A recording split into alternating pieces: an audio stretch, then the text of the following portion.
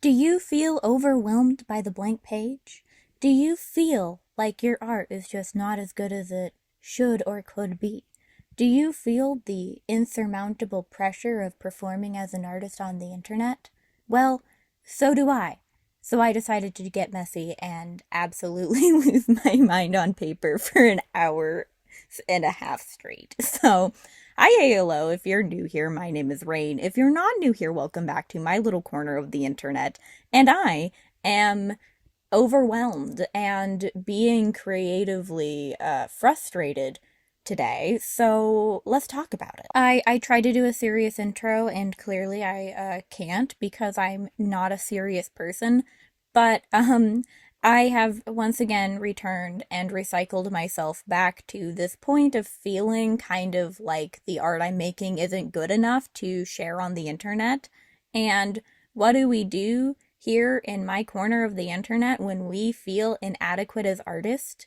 We say, screw that, we're awesome, and we make it a learning lesson so that we do not allow the illusion of perfectionism to crush us and make us curl up in a little hole and quit art forever. So if you want to draw along with me, I would love to hear about it in the comments down below at any point. We're going to yap, we're going to be cozy, we're going to talk about why we feel art blocked, the issues surrounding art blocked, and how I am working to deal with these tumultuous artistic feelings. Well, I put medium to paper and just do it because I have learned in my time as an artist and especially in my Master's of Fine Arts program that just doing it is one of the more effective ways for me to battle these tumultuous, troubling feelings. So let's talk about some of the reasons for art block, why I'm feeling this way in particular, and just get cozy together and be creative and just have that kind of community feeling where we are reminding ourselves that it's okay to feel this way and we're all still wonderful, great, and excellent artists who just have difficult feelings every once in a while. So let's talk about the exercise and then we'll talk about the feelings. I made a video a couple of weeks back talking about how I do imagination and creativity exercises when I just don't have anything that I feel compelled to draw. I'm feeling not necessarily art blocked, but I'm just kind of empty-headed and I don't really have any sort of desire to create something in particular. You know, there's no character. I'm just itching to create in that moment, right? And I discussed how I really wanted to utilize that exercise, the actual imagination and creativity exercise, to create the environments for my comic world. Now, that was the plan this week. And then it crashed, burned, and blew up in my face. Turns out, I'm not good at this. The imagination and creativity exercise as I execute it and why I execute it the way I do as a mechanical kind of sci-fi sort of approach works because I don't have any comprehension about those things as a person. And so I'm able to let my imagination run free and not care about it looking realistic or looking functional. Now, applying that to an environment where I can literally go outside and see one, I'm in an environment by actively sitting in my bedroom, right? I'm recording this video in a different environment than I'm recording the voiceover. Like, these are two separate spaces. My creative workspace and my bed are two environments. And applying a blob art approach to an environment, knowing that they look like something and having a preconceived notion, turned out to be a horrible idea for me. I'm going to try to do this exercise with environments a couple more times to see if maybe I need to loosen up. But it just was so confusing and kind of like mentally distressing to be this bad at it that I actually was starting to feel art blocked because I was overwhelmed by this feeling that I am maybe an imposter in my own world. And it was very, very weird. But long story short, the objective here is to put a bunch of blobs of color on paper and find environments in it. and to utilize just a basic ballpoint pen. I think this one came from my eye doctor because they give you a free pen every time you get glasses. Is it free if your glasses are as expensive as they are? I'm not sure. However, they give you a pen and a chocolate, and I appreciate it. So, I'm using that, and it is to just find shapes and to define those shapes with that pen, maybe bringing in other materials later, and then trying to create something. That something doesn't really need to be anything in particular or any sort of meaningful item. It is just to stretch your brain to start seeing something in the void, in nothing. Put nothing in air quotes. You know, people look at this and they see a blob. We as artists, we as creatives, we see something. What that something is, we do not necessarily know, but that is the point of the exercise. It is to find it. It is to pull something out of it. Now, I think that the actual failure on my part came from me intentionally making my blobs feel a little bit more organic. Now, I was thinking, okay, I'm working on environments today, so I made my blobs feel a little bit more, how do I say, earthy, I guess? I chose green for that reason, of course. You know, green is one of my favorite colors, to be abundantly clear, but it is also what we associate with nature and outdoor spaces, which is where a lot of my graphic novel is going to be set, outdoors and in wild spaces. And so in that, I was, I think, approaching organic shapes in that kind of similar philosophy. And in that, I was maybe already coming into this with a issue where I am not actually trying to just let go and not think. Rather, I am not even sure how I'm trying to think. The methodology for this exercise was flawed because I had a preconceived desire. Now, I think what I'm going to do is maybe have my younger brother, I say younger, he is younger than me, but he is not little or small. I feel like when we have people do blobs for us on the internet, it is often a small child. You know, I gave my 5-year-old a pen and asked him to draw a blob, and I turned it into something. My brother is 19. He can have some sort of visual thing, and I think that will help me in this pursuit. A younger child might have a harder time helping to make a blob that feels organic because they don't necessarily understand the same way my 19-year-old brother has a kind of broader perception. Well, not at all an artist in his own right, and not his general kind of pursuit. Generally, he is dabbling right now. He's approaching creative writing, but still not visual arts the way this is. So I think that might be a solution to that initial issue, but this whole exercise just going so wrong compared to how I perceived it would go just created this deep, intense feeling of inadequacy, which is one of those things that leads to art block. And I am now kind of post situation exploring those feelings, deconstructing them, and how to deal with art not turning out how you want it to, or how you think it should, and how to actually kind of mitigate the personal tumultuous issues and accept and embrace preconceived or personally perceived failure. Because is it truly a failure if there is still something made at the end of the day, just because you don't personally feel like it lived up to those expectations? Now, that is something we're going to explore and discuss and create some sort of homage space. Homage is a real word. Kind of cute little cabin for us to explore the feeling of failure while understanding that it is still a stepping stone in our artistic process. So, we've discussed the actual attempted execution, what I was trying to do. Let's explore the actual emotions associated with it now. I say I've discussed this on my channel before so frequently that I'm starting to think that I have no original thoughts to my previous thoughts, but it's more so a passing thing that I've mentioned before. But I struggle with the feeling and the verbiage of I am not a good artist and oh, this is a bad piece of art, because we're all at different stages in our art journey. And I believe that we as individuals on the internet have a social responsibility to be aware of how other people are perceiving our content. Now, to an extent, people will say something like, I'm just living my life, why does it matter how other people feel? But if you're putting it on the internet, you know people are going to see it. And so I believe that we should have a level of responsibility of how people perceive it.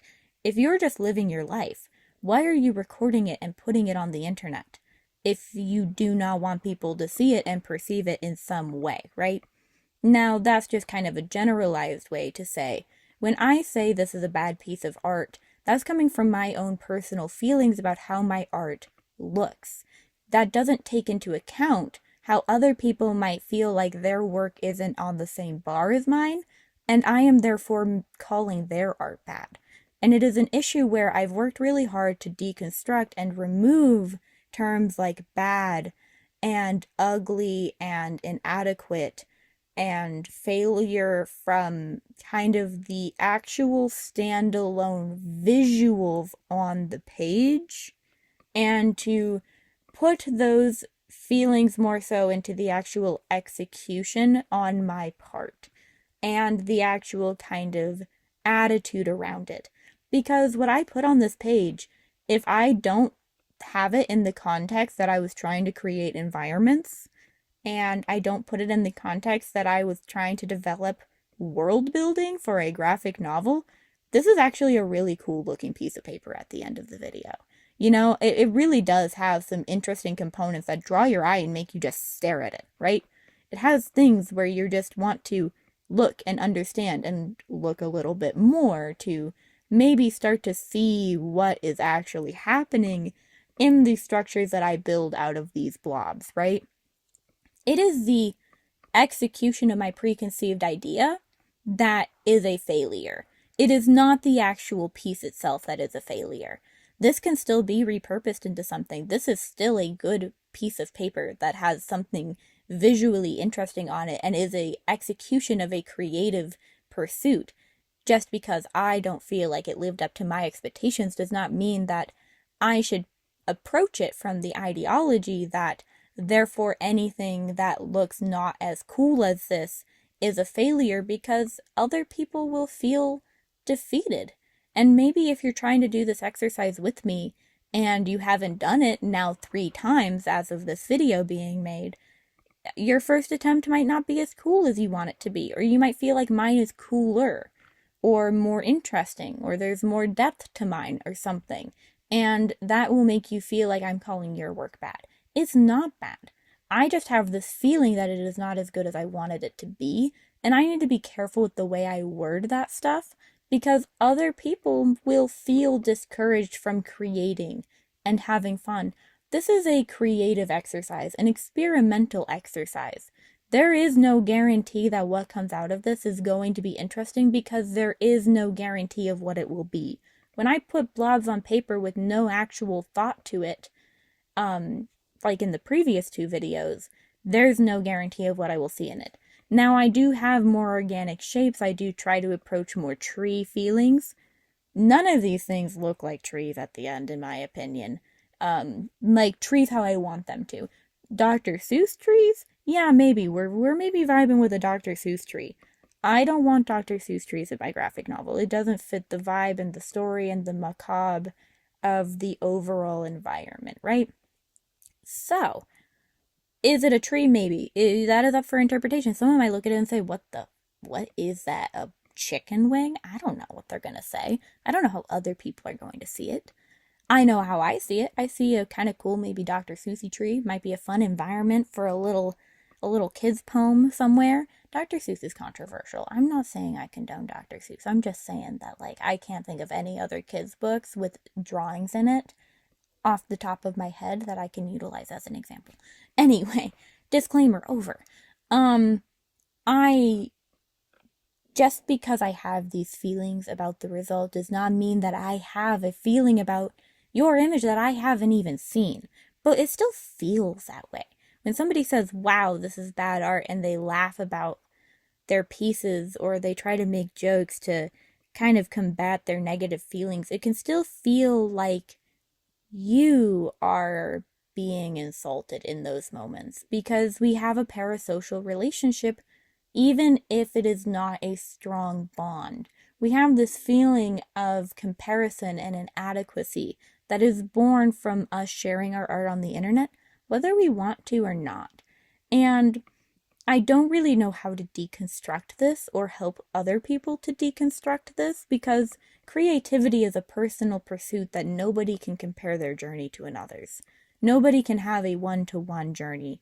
Everything is the same, down to the brain chemistry that you have and the way you want to create things. If you have two people with an almost identical art style, that does not mean that their actual creative process to get that finished piece is identical, nor does it mean that they are the same gender, income, presentation, have the same hobbies, all the same niches, the same brain chemistry, height, skin color, socioeconomic upbringing. It doesn't mean all of those things are the same. And so even if the art looks identical at the end, that doesn't mean that the actual creative expression that came from it felt the same for each person and created the same feelings at the end. One can think it's the best piece they've ever made, the other one can feel like it is an average, mid, or even not a great piece. Because that is just how creativity works. But we have this need to compare ourselves to other artists, and it creates and exacerbates imposter syndrome. And because of that, we constantly feel like we are not actually real artists.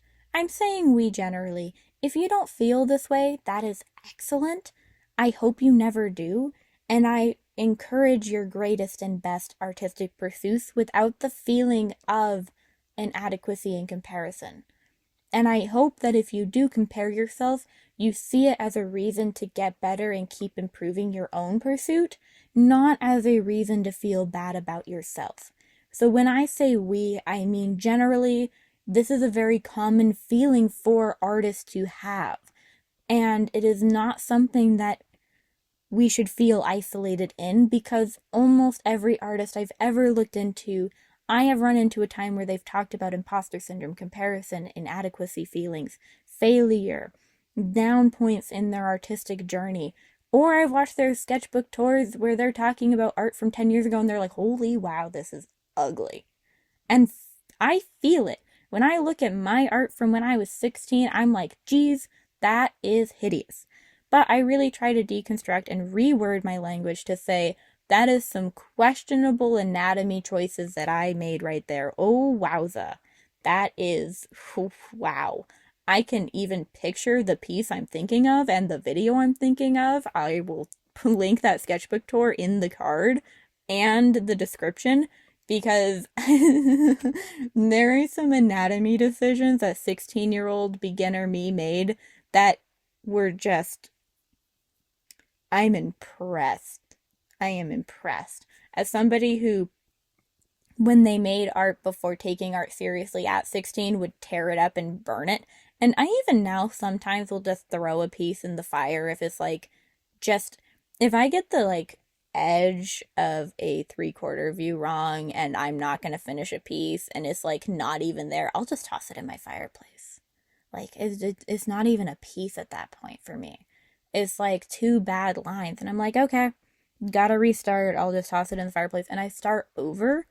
You know, as somebody who actively still does that, because it's just really, I didn't even start to finish it. And this is when I'm practicing. This isn't something like I want it to be a finished piece and it didn't turn out good. This is like I'm playing around with the pen and I'm trying to warm up for the day and the warm-ups are just not going good and everything's just kind of eh.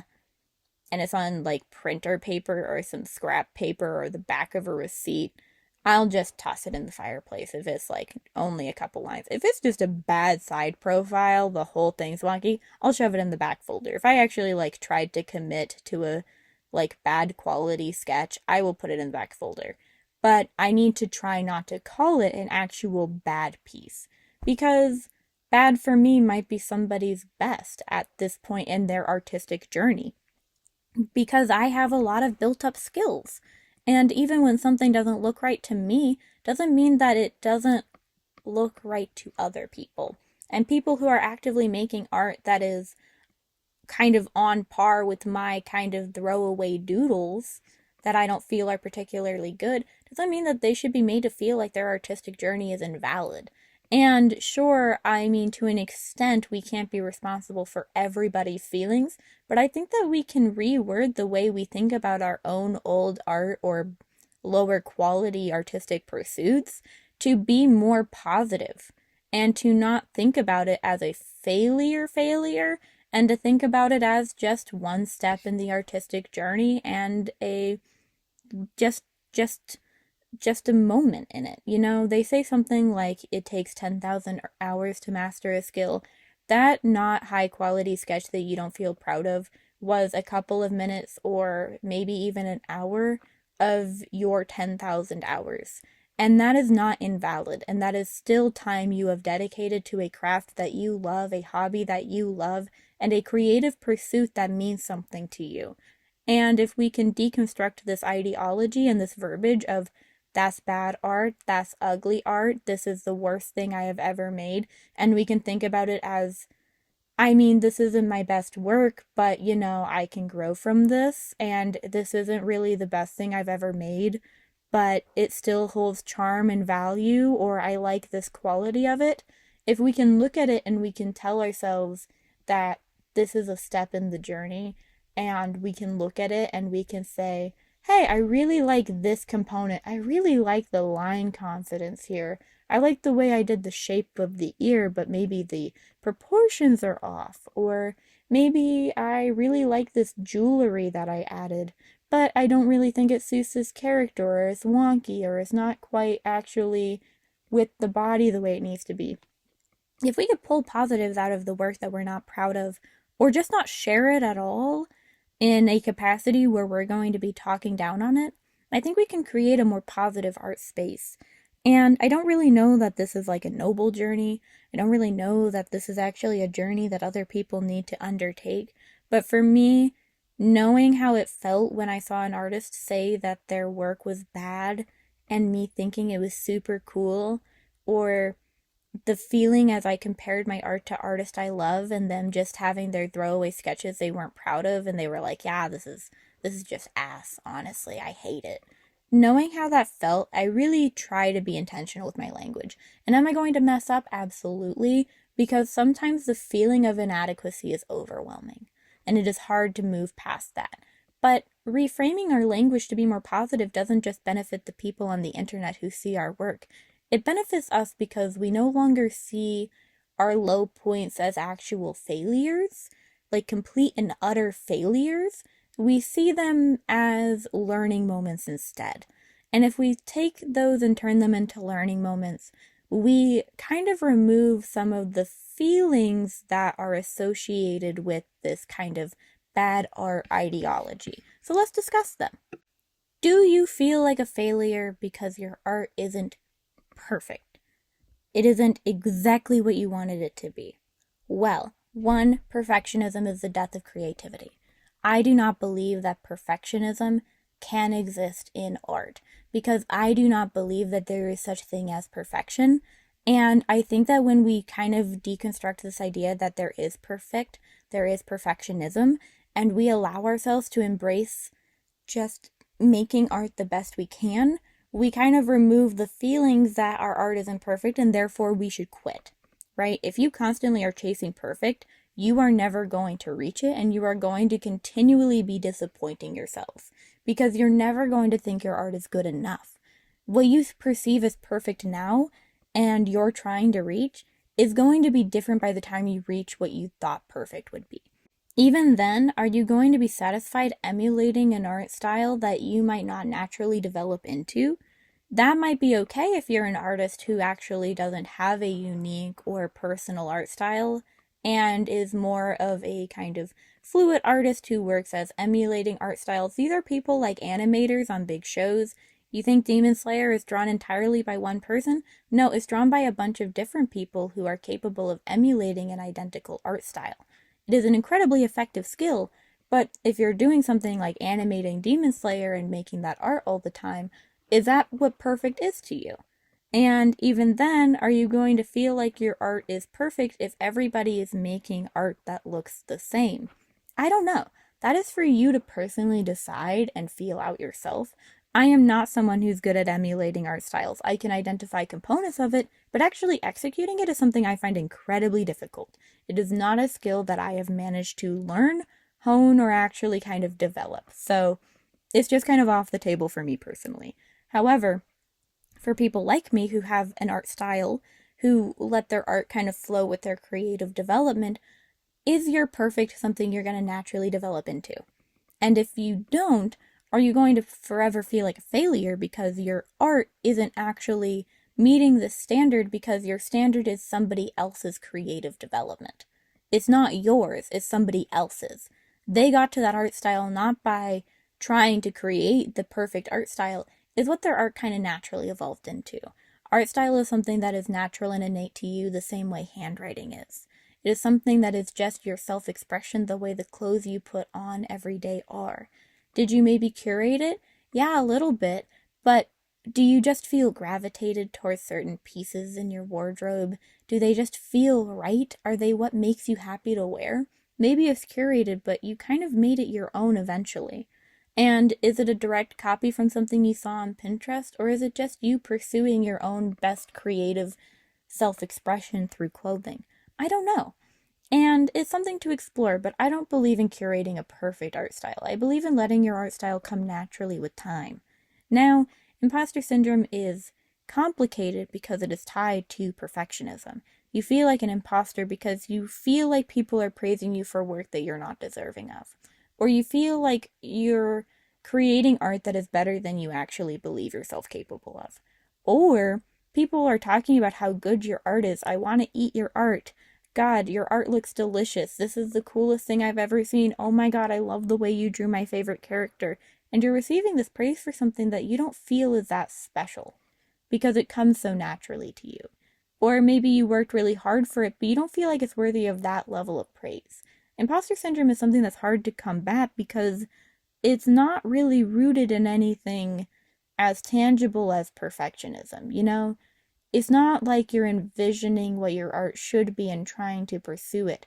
It is just this kind of lurking feeling in the back of your heart and your mind telling you that they're praising you for something that isn't real. You know, you don't have anything to show for it except for the art piece. And for some reason, that art piece doesn't feel good enough when imposter syndrome takes hold of you.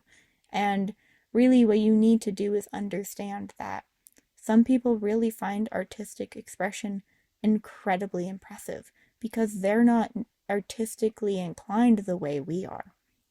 We see all of these artists we think are great, that we love, that we feel the same way the people in our comment sections feel about us.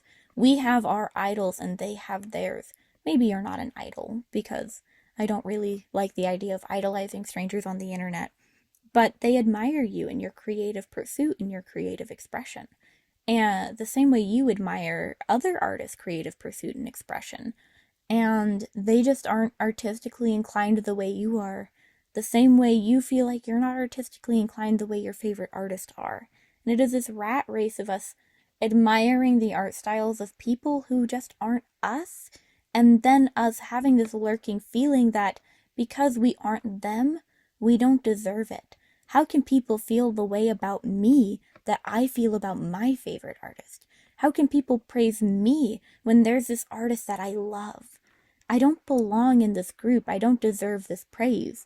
And I think we need to just sit down and remember that we're creating pictures and sharing stories. We're writing pictures and drawing stories, right? I think that's the name of my old actual graphic novel textbook now that I think about it.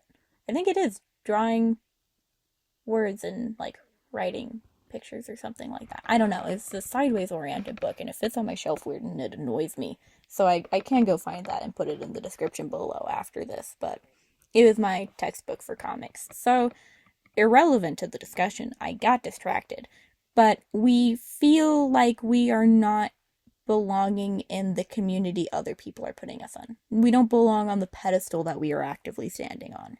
And the best way to deconstruct that is understanding that people like our art, and we may not understand it, but they do. And that's all that really matters, because you're making somebody's day better by sharing something that you love to do on the internet.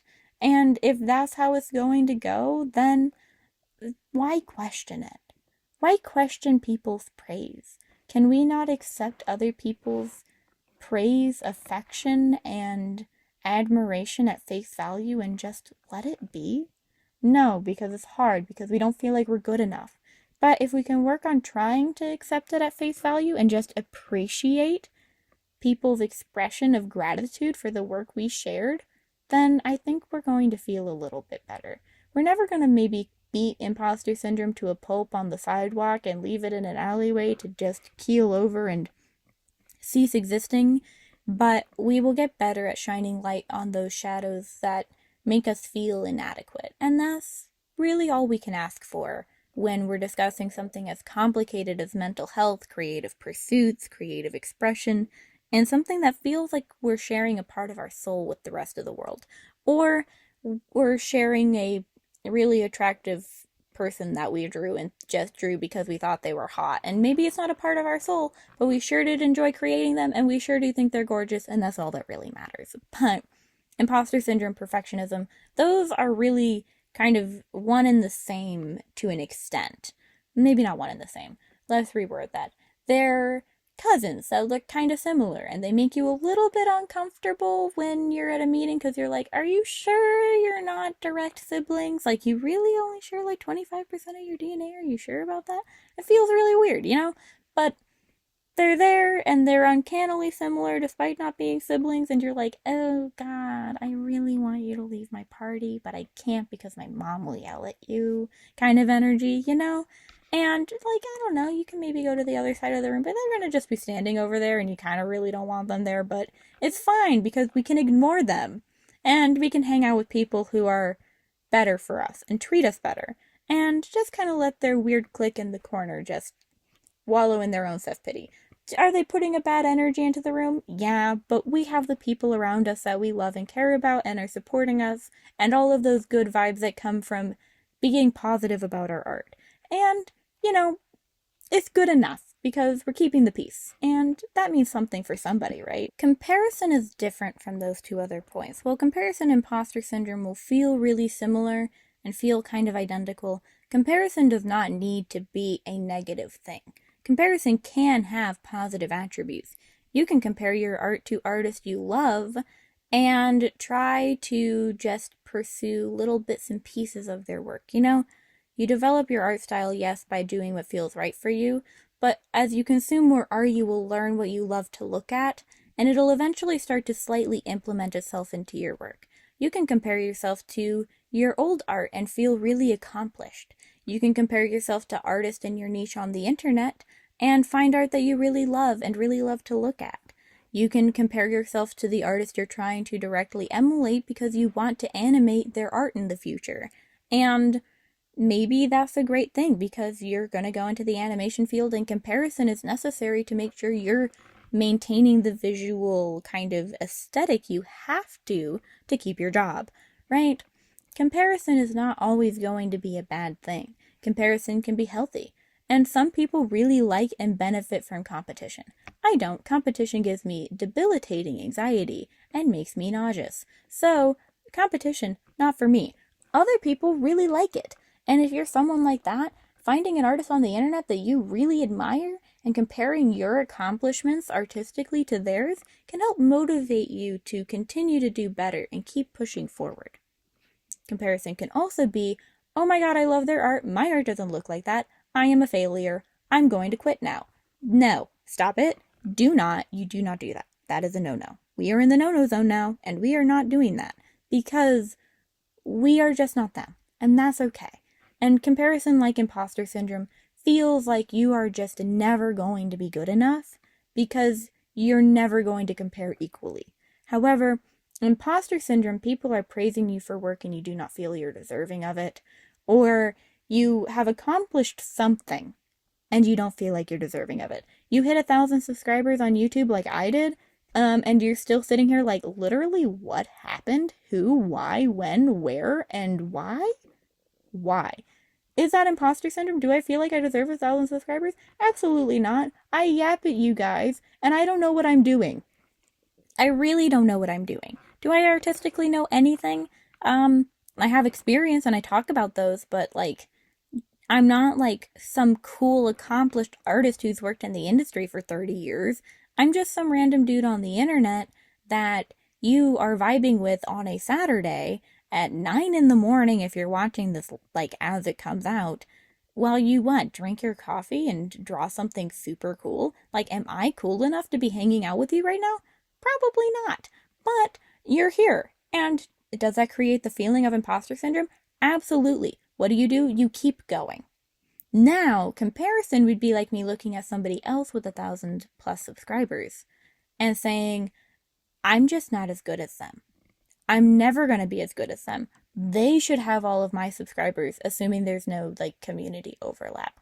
Why are people looking at me when they could be looking at them? I'm never going to be them, so I should quit. And those feelings can kind of exist together. They can be mutually exclusive or mutually inclusive, depending on who you are, how you exist, your mental health, and all of that stuff. But comparison is something that we need to just actively work on not doing. It is something that we need to just actively say, we don't do that here. We need to just actively say, no, I'm not going to do that. My art is good, their art is good, we can both be good together. It is not an actual competition. You might enjoy competition, but it is not an actual competition. There is no best artist in the world. People are going to be like, I like this artist, I think they're the best artist in the world. And if you ask like everybody on the planet who the best artist ever is, you're going to get thousands of answers. I can give you like a top 10 at best. I can't give you a top #1 favorite artist of all time, but I can definitely pull 20 different art books off of my shelf and tell you how much I love each artist individually. And because of that, you can both be great together. You can both be great separately. You can even collab and make something super great. Who knows? Maybe you can make the best collab you've ever personally seen in your life. We don't know. But you can be great together. You can personally set goals and compete with them privately. You could be like, oh, they hit 5,000 subscribers? I want 5,000 subscribers. I'm going to get that. That's my new goal. And you could do that. And it might motivate you and it might feel good. And that type of comparison can be healthy for you, not for me. I would die. I would spontaneously combust and shoot into outer space and become stardust or something. I don't know. But it's when you feel like there can only be one best that you start to create this issue where you're kind of just going to hurt yourself in the end. Because you're never going to feel like you're actually the best in the world unless you have a really, really massive ego. And I mean, if you have an ego big enough to think you're the best artist in the world and of all time, I'm kind of scared of you because I think you would kill my brain and I would be humiliated to exist in your presence as a fellow artist, and therefore I do not think we could be friends. But also good for you because like you're accomplishing something most artists cannot, which is the just unironic belief that you are the best thing since sliced bread. Okay? Like, actually great. I like artists who understand that we're always going to feel a little inadequate at times, but we're all worthy of being artists, and we all have good days and bad days. We all have art we love that we're proud of and art that we're not, and that the world is just a better place because there are artists, right? And I don't need artists in my life to feel like they're the best thing ever. I don't need them to feel like they're better or worse than me. I like the idea that we can all be artists together and not put each other down, right? I feel like we can just all be completely content to just be artists in our little bubbles, and our bubbles can overlap from time to time, and we can be besties. And we can shake hands, and maybe we'll make a big bubble, and we'll all just be chilling together. I don't know. I don't know what my analogies mean. Just put all of your favorite artists in a magical floaty bubble and it would be great, right? Right? Yeah, that'd be great, right? But ultimately, comparison is not purely malicious. And it can be born from one of the other issues. I think we're on our fourth issue now, which is a lack of confidence or self-doubt. And that's really just like as personal can get in terms of these issues, because sure, your lack of confidence and self-doubt can come from other artists on the internet, but just as much as it can come from the way people have treated you in your life up until now, the way people on the internet have treated you up until now, the way that you feel about everything. Is it born from a mental health condition like depression or anxiety, which can be an entire fifth issue if you want it to be? However, I am not a licensed psychiatrist or psychologist, and I will not be commenting on depression, anxiety, and how it impacts your art. Just, I could talk about how it impacts mine, because I have both. But that's kind of just neither here nor there. And I don't want people to feel like my issues are their issues, when we can just talk about lack of confidence and self-doubt, which can be linked to that and feel kind of similar at times, right? And so, at the end of the day, when you lack confidence and you're self-doubtful, I think the best thing you can do is keep going. And it's going to be hard, and it's going to be challenging, and you're going to feel like a failure. And, feeling like a failure is issue number 6 now. But if you keep going and you continue to push yourself, you will be able to at least push past the feeling that you're not meeting your own standards and understand and see your improvement as you go. And this can be really difficult when you're a beginner because you don't have a large backlog of work to look back on and actually see that improvement as it's developed. I have been drawing consistently since I was 16. That's when I started taking art seriously. And I can go grab my sketchbook from when I'm 16, open it and be like, yep, nope, I have definitely improved. Wowza. Shut it, and then feel pretty good about myself. It's confidence boosting to look at the art that you thought was your best back then, that you were your proudest of back then, and then look at your art 6 years later, because I'm 22, and say, yeah, no, I've improved a lot. Even the work that I'm the least proud of now, compared to the work I was most proud of 6 years ago, is wildly different in the execution of skills, and the way that I approach it, my style is completely different. And that boosts confidence.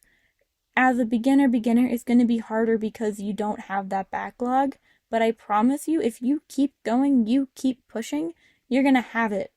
And that backlog is going to make you feel better, because you're going to see your growth. It might not be seeable in real time. You might not be able to put your piece from yesterday next to your piece from today and say, yep, nope, I am better now. We're great. We're winning. Best stuff ever.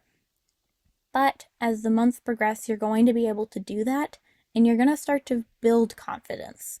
And even if that confidence wavers at time, you're going to have that backlog eventually where I might not be confident in this moment. This piece that made me feel kind of inadequate, I might not be confident right now because of it, but I know that next week I can look back at that other work and I can say, yeah, no, I'm definitely still way better than I was 6 years ago, and this is a step in the journey. We're going to just keep going. And it helps. It really does. I don't think I'm really speaking on behalf of other people too much when I say seeing your work from years and years and years ago really boost your contemporary confidence when you're feeling a little bit down. And it can make you feel better. And if you keep that in mind and you keep going, I have faith that you will start to feel better about pushing through those feelings of self-doubt when they come in the future. I finished this piece even though I was pretty much ready to quit from the, probably second part I started doing pen on. I was ready to quit by then. I was really just feeling not great. My self-confidence was shot. I was not feeling good. And I pushed through and I have something good to look at the end. I'm actually happy with how this looks as a standalone illustration, just not as what I wanted it to be originally. And that's okay. And I could have came on the internet and told you this was exactly what I was going for and lied to your face about how my goals went exactly as planned and I love this. But no, this was supposed to be something completely different, and I'm just happy that I have something cool to look at the end, even though I need to redo the entire process again until I get something workable for my graphic novel. Please send help. Environments are hard. I'm desperate. But where was I? Self-confidence, self-doubt. They're going to appear. If you push forward, you're going to feel better.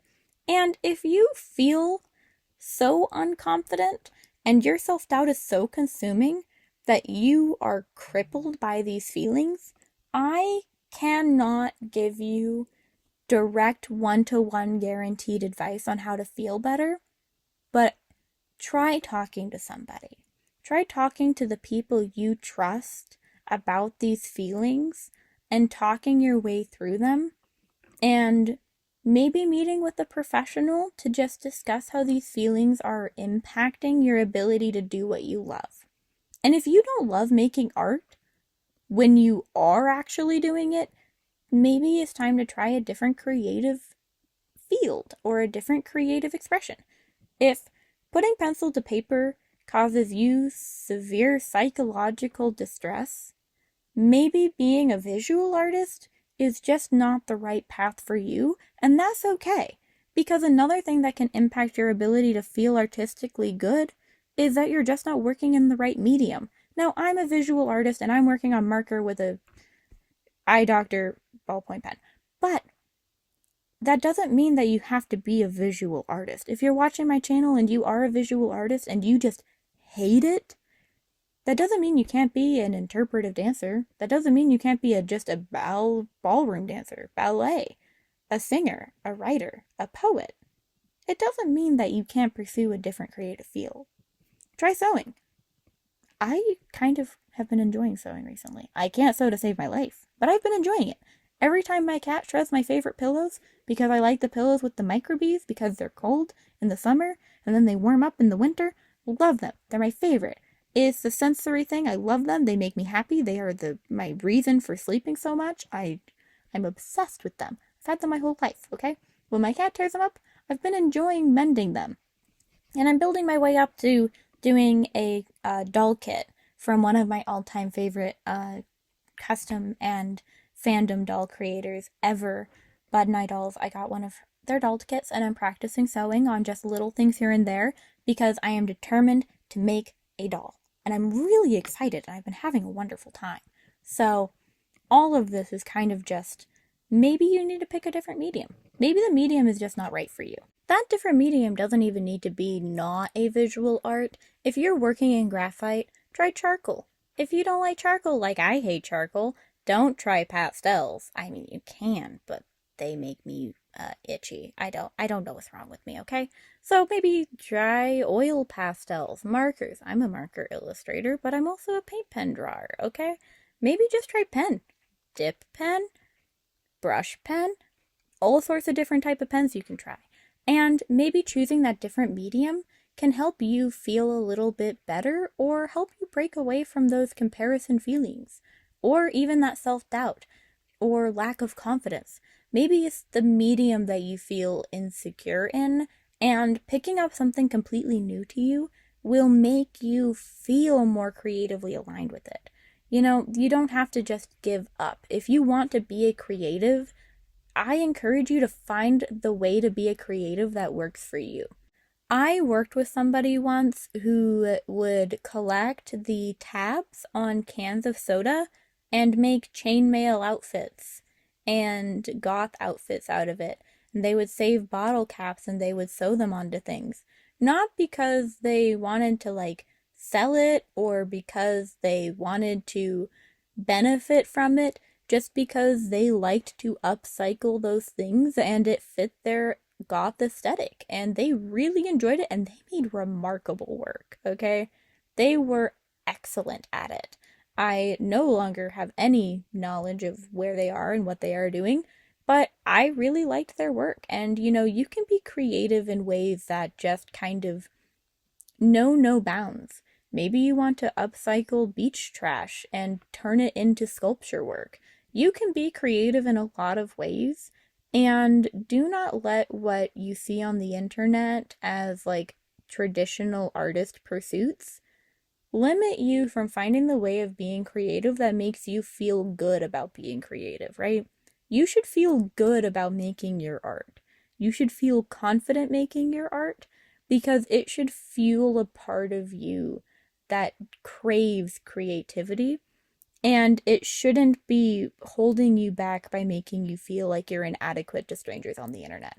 Because strangers on the internet's opinions don't matter if you're feeling good about the art you're making, right? If you feel good, you're enjoying it, you're having fun, the process is great, then I think you've found what works for you. And I think that that's all that really matters. Maybe we're not all destined to be professional artists and make money from our art, but that doesn't mean that we should not have creativity in our life. People who live on the corner of the internet, like coloring book corner, who just color because they like to color. They feel like a kid again, or because it's creatively enticing for them and they have fun with it. That's great.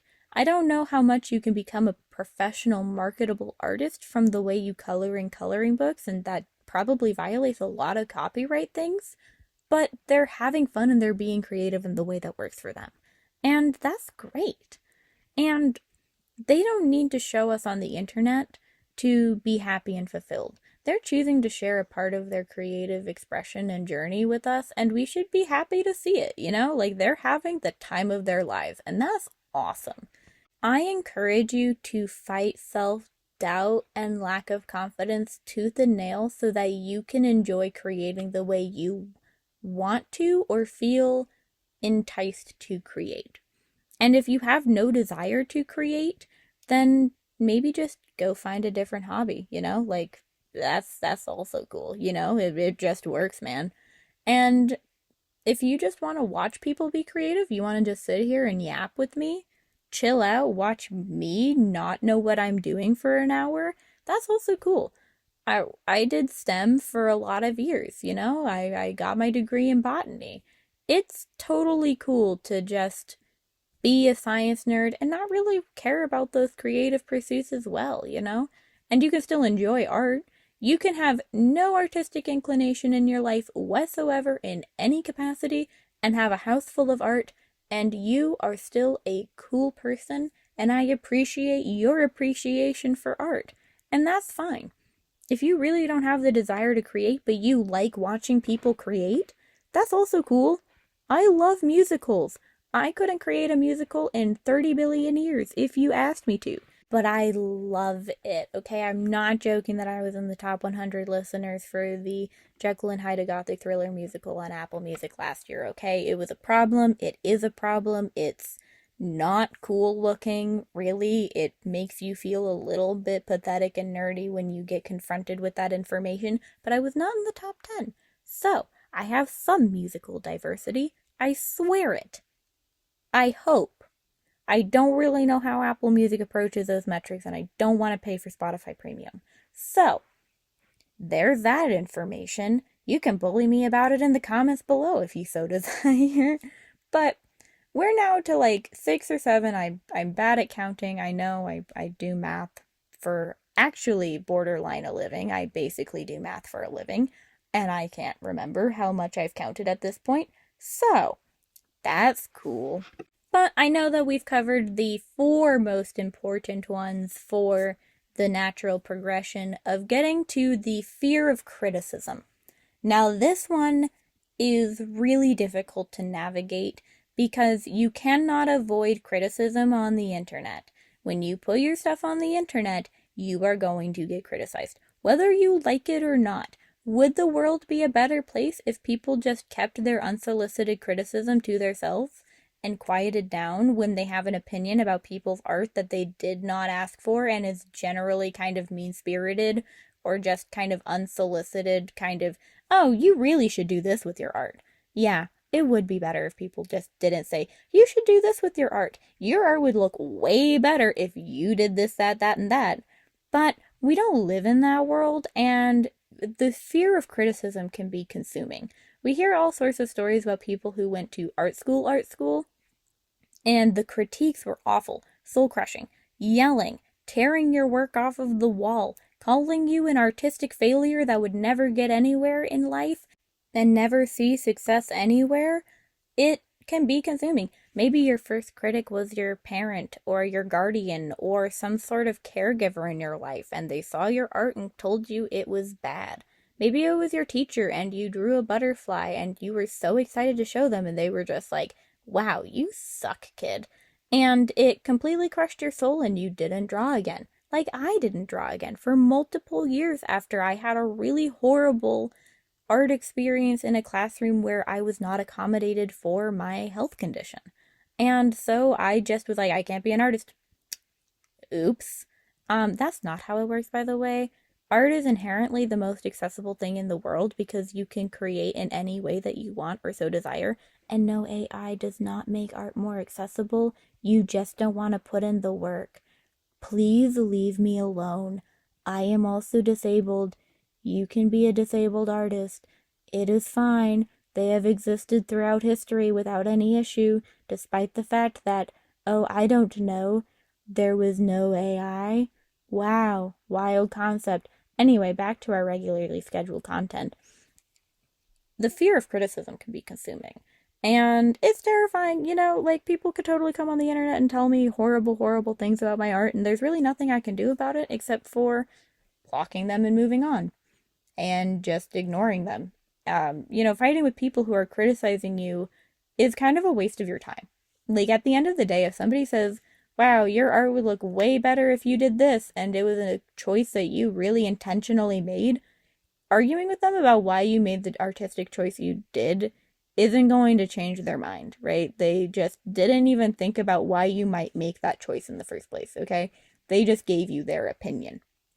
And you're not going to win that argument because they're not going to change it just because you said, oh, I actually chose the color purple because it has a deep linkage back to the historical issue of purple being an incredibly difficult to acquire color and therefore being a strong color of royalty, and this is a royal character, and so actually making the color green just because it would suit this level of color palette a little bit more harmoniously would kind of deconstruct the issue of the actual character design linking to their royal lineage. Like, explaining that stuff is not going to matter to people who are just like, it would look better if it was green, bro.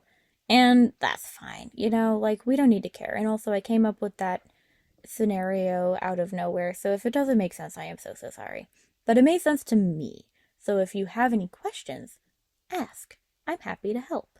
Because I don't make sense to a lot of people because I'm a rambler. But that doesn't matter. So, moving on, that fear of criticism is going to be consuming. And you either need to face it, accept it, and understand that criticism can be healthy for growth. People can give you really good critiques that will help you improve your art, and that you get to pick and choose what criticism you take. If 5 people give you the same critique, maybe you want to look at it and say, okay, they're saying my anatomy's a little bit off. Do I want to actually implement that in my art, or do I like the way I draw anatomy and want to keep going? Or if somebody says, your use of color sucks, get good, bro. You could say, well, that's useless. I don't even know what you don't like about my color palettes, and just ignore it and move on. It's still a criticism, but you can ignore it and it doesn't matter. But also, you can be creative without sharing it with people on the internet. You can be creative just for yourself. And honestly, that is the best way to be creative. If you are passionate about being creative and you fear criticism, just be creative for yourself. Creativity is about you first and foremost and nobody else. You should not be creating for other people's pleasure and enjoyment if it brings you discomfort and dissatisfaction, because you are the artist, you are the creator. This is your work, your heart and soul, your skills, your time, your effort, your energy, your money for supplies, whatever it is you. And if you don't want to be criticized, it is okay to just not share it with anybody. or post it completely anonymously under a name that is completely irrelevant and not associated to you whatsoever, and just don't look at it. Post it, move on. Notifications, off. Don't engage with it. Just post and go.